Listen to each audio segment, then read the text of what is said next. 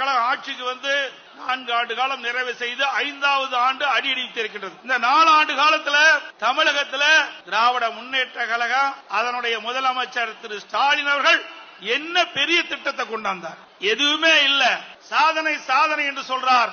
சாதனைக்கு திரு ஸ்டாலின் தான் பெயர் பெற்றார் என்று சட்டமன்றத்திலே முழங்குகின்றார்.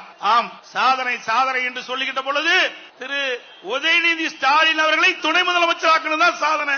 வேற எந்த சாதனையும் இந்த ஆட்சியில பார்க்க முடியும். இந்த ஆட்சியில ஏழைகளுக்கு என்ன திட்டத்தை கொண்டு வந்தீர்கள்? நாட்டு மக்களுக்கு என்ன பெரிய திட்டத்தை கொண்டு வந்து நிறைவேற்றிருக்கின்றீர்கள்? ஒன்றுமே கிடையாது.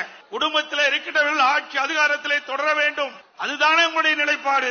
2026 சட்டமன்ற தேர்தலிலே குடும்ப ஆட்சிக்கு முடிவு கட்டுகின்ற தேர்தல், வாரிசு அரசியலுக்கு முடிவு கட்டுகின்ற தேர்தல், மன்னர் ஆட்சிக்கு முடிவு கட்டுகின்ற தேர்தல் அடுத்த ஆண்டு நடைபெறுகின்ற சட்டமன்ற பொது தேர்தல்.